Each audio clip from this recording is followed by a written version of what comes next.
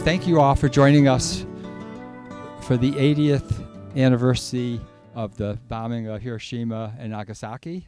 I'm Philip Shaharofsky from Walpole Peace and Justice Group, and we thank you again for all attending this very important memorial. Just to remind everyone that this is marking the 80th anniversary commemoration, and there are groups all across the country doing the same thing. They either did it on Thursday, which was August 6th, which was the bombing of Hiroshima, and then today, which was the bombing of Nagasaki. We decided to do the 9th because it was on Saturday, and easier to bring people out. So we stand in memory of the victims of the bombings. Over 210,000 people were killed, and probably a lot more. We stand in respect for the Hibakusha, the survivors of the nuclear bombing, of which there's fewer and fewer left as they age. And they're there to remind us of how disastrous and how horrendous the bombing was for the survivors. And we stand here calling for the abolishment of all nuclear weapons and in support for back from the brink. It's a campaign launched by the Physicians for Social Responsibility, which highlights the fact that even though the UN and countries have passed many disarmament bills, we're going backwards right now. And there's an article in The Diplomat by John Letman, August 6th, who asks, 80 years after the bomb, how much longer will our luck last? Because with that many weapons held by countries, and with the politics, and with just uncertain leadership, there is a risk that someone may make a mistake, and something could happen. So it's up to now, it's been thought that the way to stop a nuclear war is through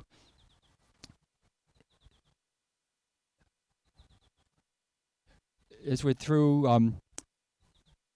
just lost my place. 1 second here. Through having nuclear weapons, so that there is a balance between countries. So as long as everybody had nuclear weapons, no one would do anything. But the fallacy of that is that we're in a spiral where countries now, if they don't have nuclear weapons, want to obtain them, and countries that do have them are constantly trying to improve them and build upon them so that they're the ones that have the most weapons. So that does not really work. So what's most troubling is that right now there's very little interest by countries working towards new disarmament treaties.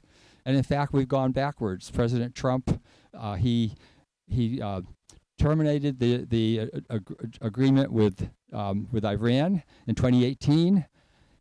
He also pulled us out of the intermediate range nuclear treaty in 2019. And there really is very little interest in any government right now to pass any kind of disarmament treaty. On the other side, the UN, the non-nuclear countries, have started with a treaty on the prohibition of nuclear weapons. It went into force in 2022. It went into force when 122 countries signed on. None of the nuclear countries, or the countries that have nuclear bombs, have signed on, including the United States. But this is the other countries saying, we don't have nuclear weapons and we need to get rid of all of them, as opposed to the nuclear states continuing to expand upon them. So we stand here today calling for the abolishment of all nuclear weapons, and we also stand here for cutting military funding. Because right now, the United States will spend about $1 trillion over the next 10 years to modernize and maintain our nuclear arsenal. We're spending over $50 billion this year. It'll go up every year. And this is in the context of all of the budget cuts that are being made, where at the same time we're increasing our military budget. The United States spends more on nuclear maintenance and modernization than the next 8 countries combined. There's only 9 powers, by the way, that have nuclear weapons or admit to it. We also, our budget, our federal discretionary budget, over 50% of it goes to military spending.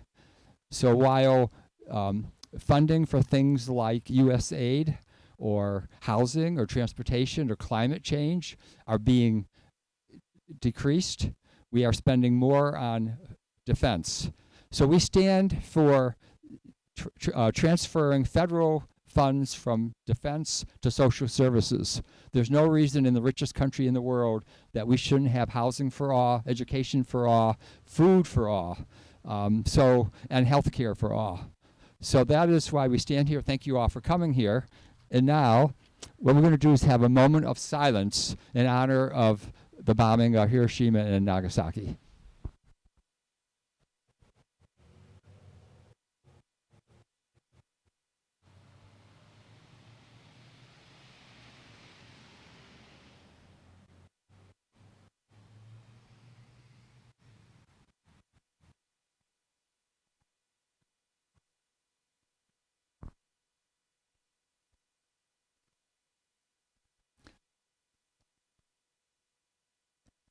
I think none of us can really imagine what it meant for those people who went through the bombing and survived, or what it meant for those people who were the victims in their last moments of life. So we really need to say never again, and we need to see our leaders standing by that.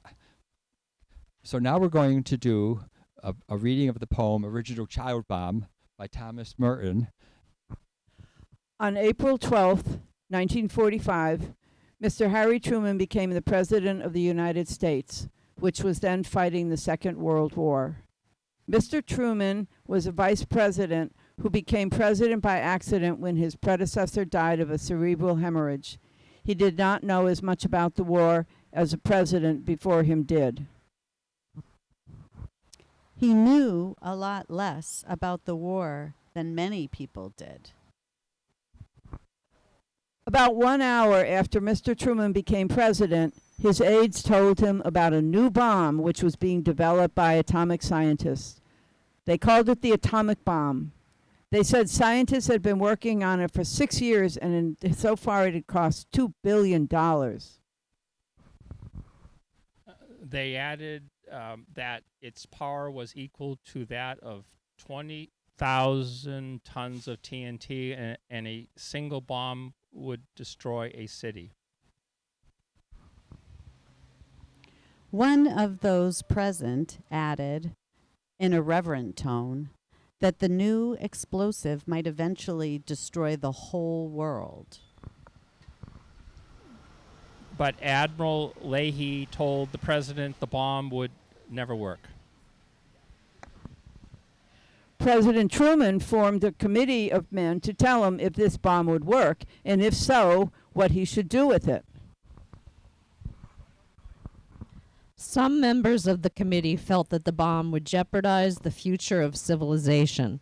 They were against its use. Others wanted it to be used in demonstration of a forest or cryptomeria trees, but not against a civil or military target. Many atomic scientists warned that the use of atomic power in war would be difficult and even impossible to control. The danger would be very great.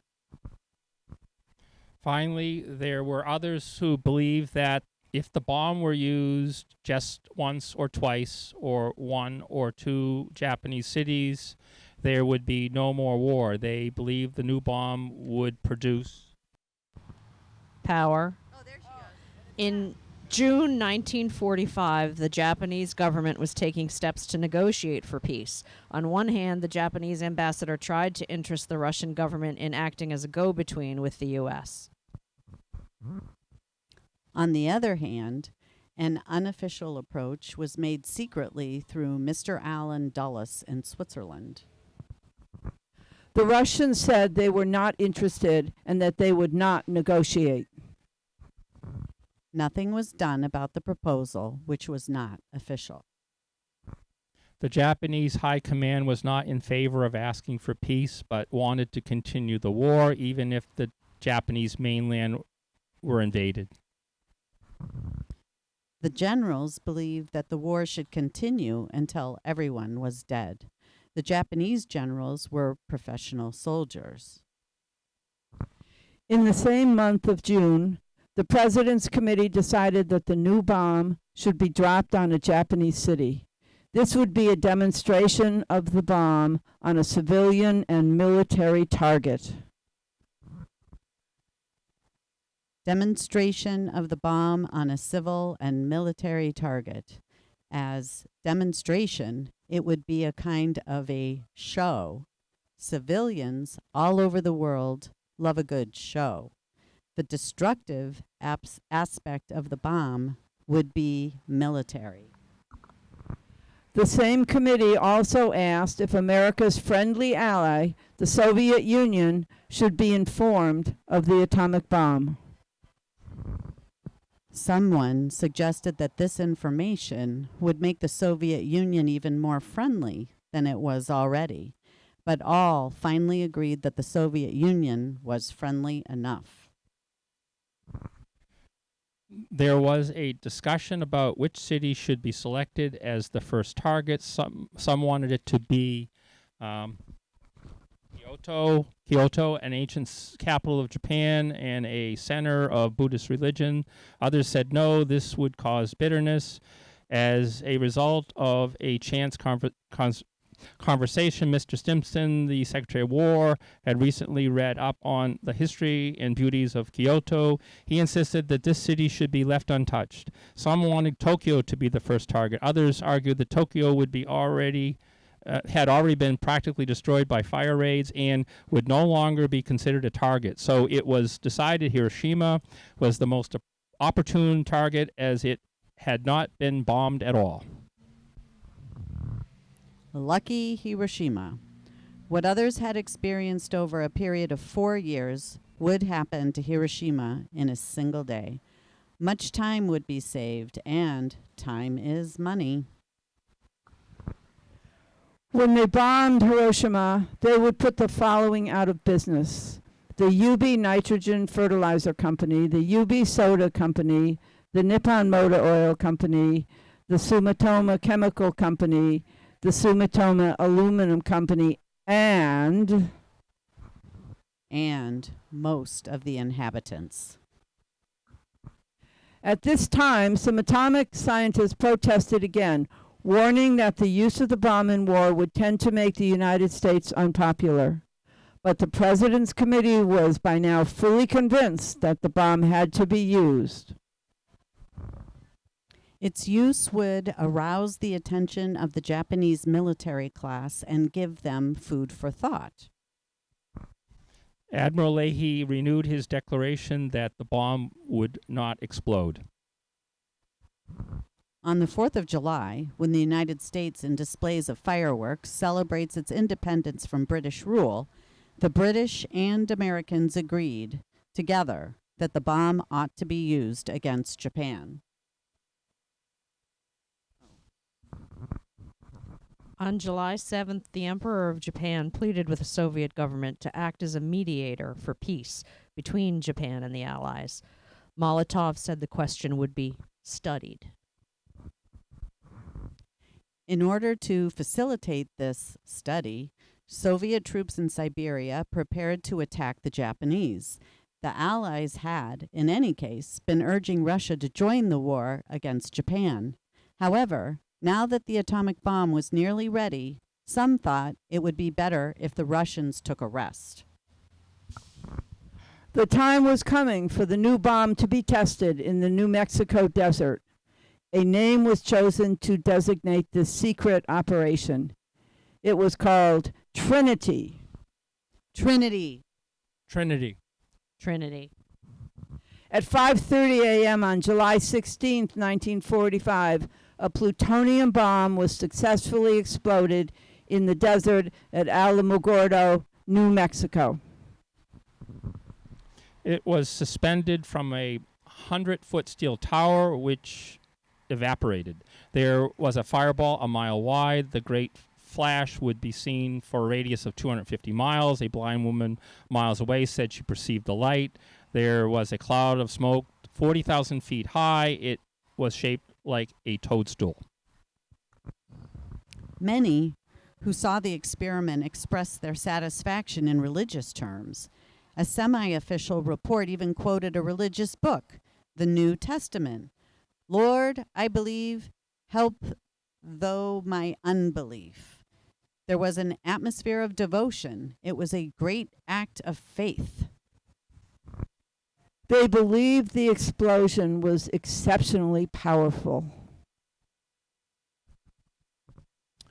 Admiral Leahy, still a doubting Thomas, said the bomb would not explode when dropped over a city. Others may have had faith, but he had his own variety of hope.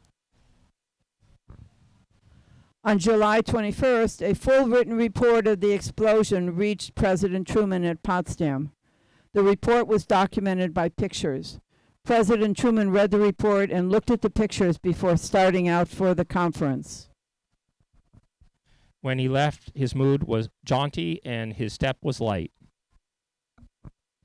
That afternoon, Mr. Stimson called on Mr. Churchill and laid before him a sheet of paper bearing a code message about the successful test.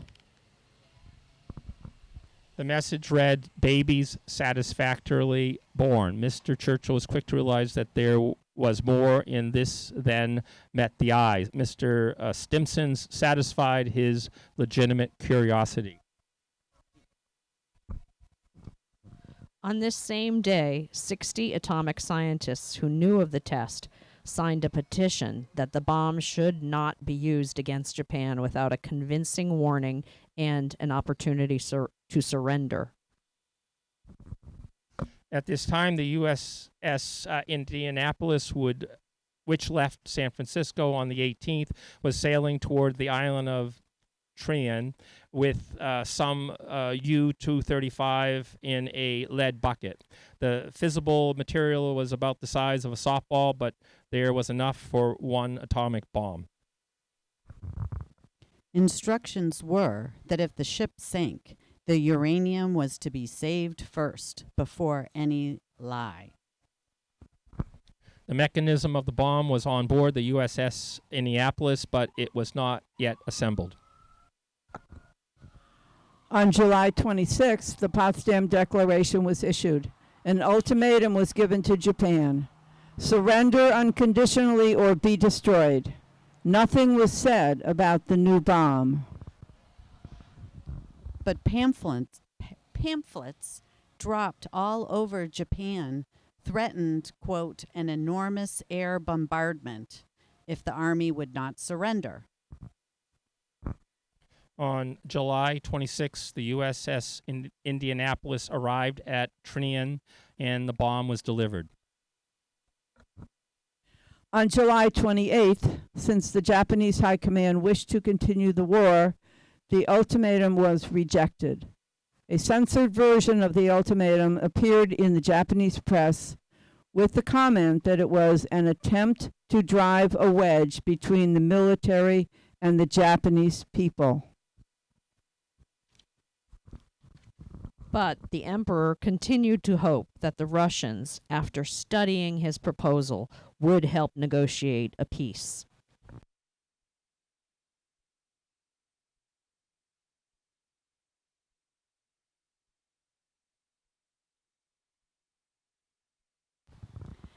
On July 30th, Mr. Stimson revised a draft of the announcement that was to be made after the bomb was dropped on the Japanese target.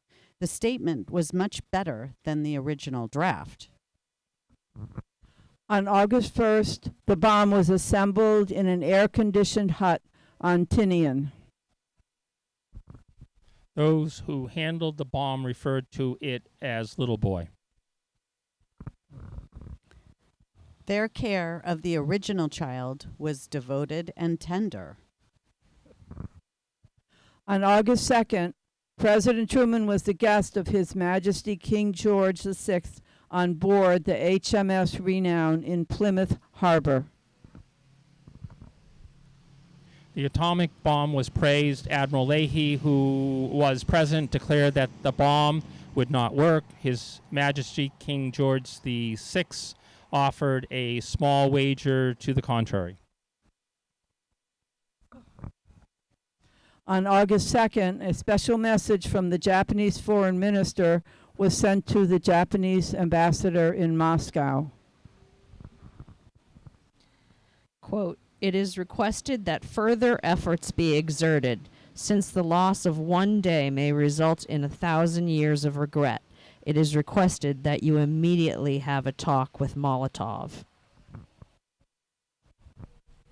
But Molotov did not return from Potsdam until the day the bomb fell. August 4th, the bombing crew on Tinian watched a movie.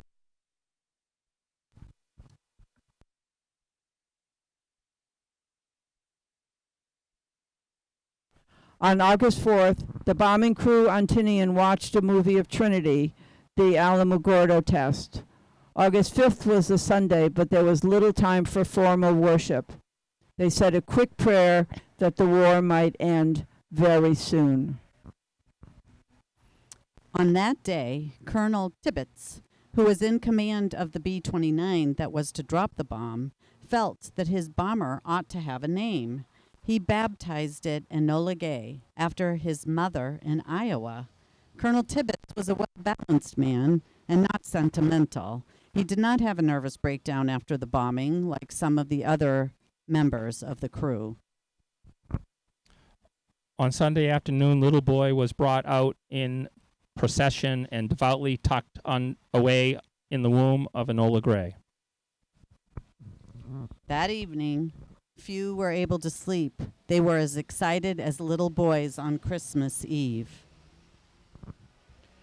At 1:30 a.m., August 6th, the Weather Scout plane took off. It was named the Straight Flush, in reference to the mechanical action of a water closet. There was a picture of one to make this evident. At the last minute before taking off, Colonel Tibbets changed the secret radio call sign from Visitor to Dimples.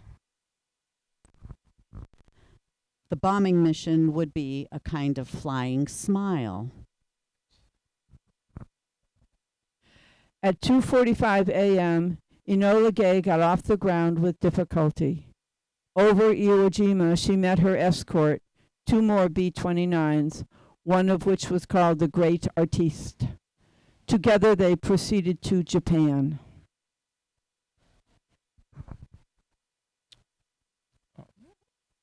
Let's see. At 6:40, they climbed to 31,000 feet, the bombing altitude. The sky was clear. It was a perfect morning. At 8:09, they reached Hiroshima and started the bomb run. The city was full of sun. The flyers could see the green grass in the gardens. No fighters rose up to meet them. There was no flak. No one in the city bothered to take cover. The bomb exploded within 100 feet of the aiming point. The fireball was 18,000 feet across. The temperature at the center of the fireball was 100 million degrees. The people who were near the center came to nothing. The whole city was blasted to bits, and the ruins all caught fire instantly everywhere, burning briskly. 70,000 people were killed right away or died within a few hours. Those who did not die at once suffered great pain. Few of these were soldiers. The men in the plane perceived that the raid had been successful, but they thought of the people in the city, and they were not perfectly happy. Some felt they had done wrong. But in any case, they had obeyed orders. It was war. Over the radio went the code message that the bomb had been successful. Visible effects greater than Trinity. Proceeding to papacy. papacy was the code name for Tinian. It took a little while for the rest of Japan to find out what had happened to Hiroshima. Papers were forbidden to publish any news of the new bomb. A 4-line item said that Hiroshima had been hit by incendiary bombs and added, "It seems that some damage was caused to the city and its vicinity." Then the military governor of the prefection of Hiroshima issued a proclamation full of martial spirit. To all the people without hands, without feet, with their faces falling off, with their intestines hanging out, with their whole bodies full of radiation, he declared, "We must not rest a single day in our war effort. We must bear in mind that the annihilation of the stubborn enemy is our road to revenge." He was a professional soldier. On August 8th, Molotov finally summoned the Japanese ambassador. At last, neutral Russia would give an answer to the emperor's inquiry. Molotov said coldly that the Soviet Union was declaring war on Japan. On August 9th, another bomb was dropped on Nagasaki, though Hiroshima was still burning. On August 11th, the emperor overruled his high command and accepted the peace terms dictated at Potsdam. Yet for 3 days, discussion continued until on August 14th, the surrender was made public and final. Even then, the Soviet troops thought they ought to fight in Manchuria just a little longer. They felt that even though they could not, at this time, be of help in Japan, it would be worthwhile if they displayed their goodwill in Manchuria or even in Korea. As to the original child that was now born, President Truman summed up the philosophy of the situation in a few words. "We found the bomb," he said, "and we used it." Since that summer, many other bombs have been found. What is going to happen? Since that summer, many other bombs have been found. What is going to happen? Since that summer, many other bombs have been found. What is going to happen? At the time of writing, after a brisk speculation, men seemed fatigued by the whole question.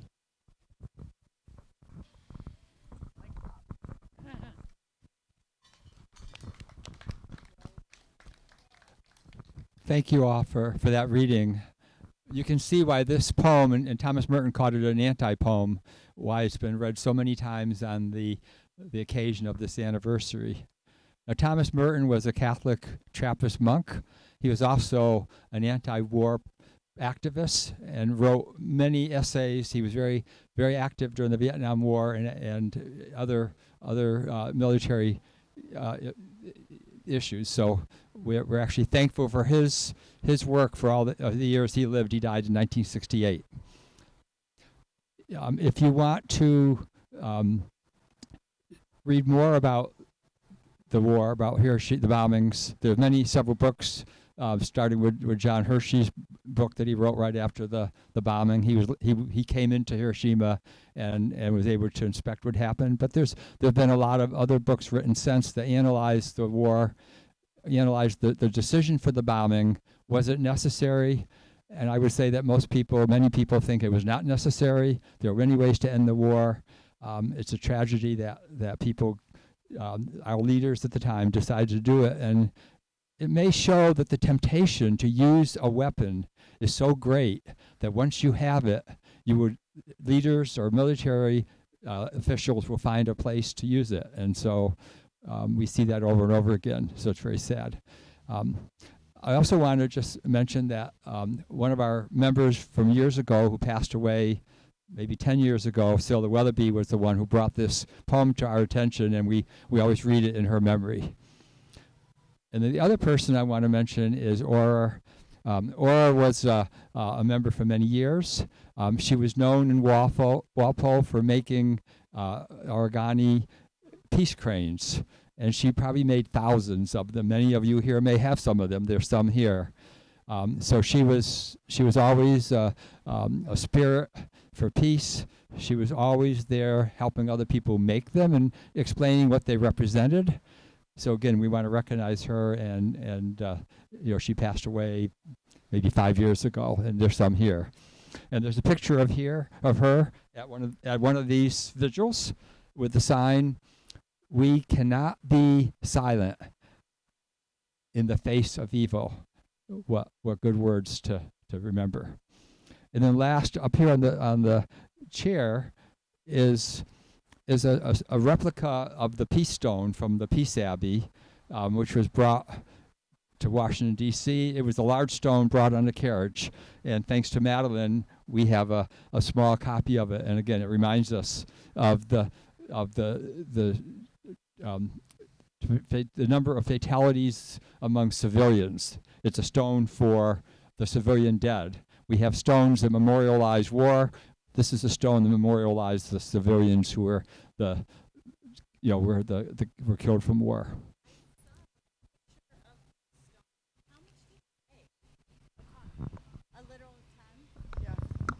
The stone weighs a ton, and a caisson was built to pull the stone. Well, actually push. If you picture a caisson, there were bars in the front with horizontal bars, and people would push it. So the caisson was a ton, the stone was a ton, and it was propelled to Washington, D.C. in July of, and I don't remember the date, I should remember that.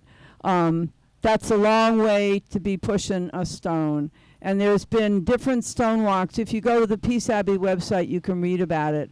There's been stone walks in England, Nagasaki, different places around the world. So. And all of these things are very important to bring to the public. The cost of war, the reasons why we all need to work for peace. So each one of these actions, each one of these events, each one of these initiatives that peacemakers have made, including what we're doing here today, are very important to maybe make a small step towards people accepting the fact that we all need to work for peace and we need to abolish nuclear weapons. Just real quick, because I know this is long. There is a stone. It's not the original stone, but there is a stone now, and it was brought over on the caisson in Hart Island, which is off the coast of in New York, and it is a burial place for indigent people, homeless people, etc. There's over 1 million people buried there, and that's where the stone is resting now. So we're going to end now. I want to thank you all again for coming. I'm going to end with another reading from Thomas Merton. A short one. There can be no doubt. The thought that human beings are considering saving lives by killing millions of their fellow human beings is so preposterous that the words saving lives have lost all their meaning. Most of the tragic facts of our century is that this no to nuclear weapons has been spoken so seldom, so softly, and by so few. And that was actually by Henry Nouwen. Henry Nouwen was the. So thank you again, and we will continue to have peace vigils every week. And if you're on our email list, you'll usually on Saturday at 10 o'clock or Friday at 5 p.m. It's 10 a.m. on Saturday, 5 p.m. on Saturdays, on Fridays. So thank you all again. I want to thank Walpole Media Cable TV for recording our observance. Thank you.